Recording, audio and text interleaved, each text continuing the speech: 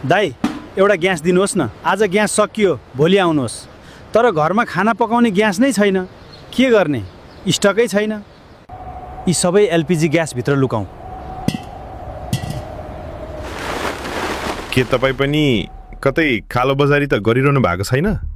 याद राख्नुहोस्, उपभोक्ता संरक्षण ऐन 2075 तथा कालोबजारी तथा केही अन्य सामाजिक अपराध तथा सजाय ऐन 2032 बमोजिम कृत्रिम अभाव सिर्जना गर्ने, आवश्यक वस्तु लुकाउने वा सञ्चित गर्ने, कालोबजारी गर्ने वा अनुचित रूपमा बढी मूल्यमा बिक्री गर्ने तथा मुलुकी अपराध संहिता 2074 दफा 110 बमोजिम बिक्री गर्ने उपभोग्य वस्तु बिक्री नगरी जम्माखोरी गर्न नहुने कसुरमा त्यस्ता व्यक्तिलाई 5 वर्षसम्म कैद र 50,000 रुपैयाँसम्म जरिवाना हुन सक्छ।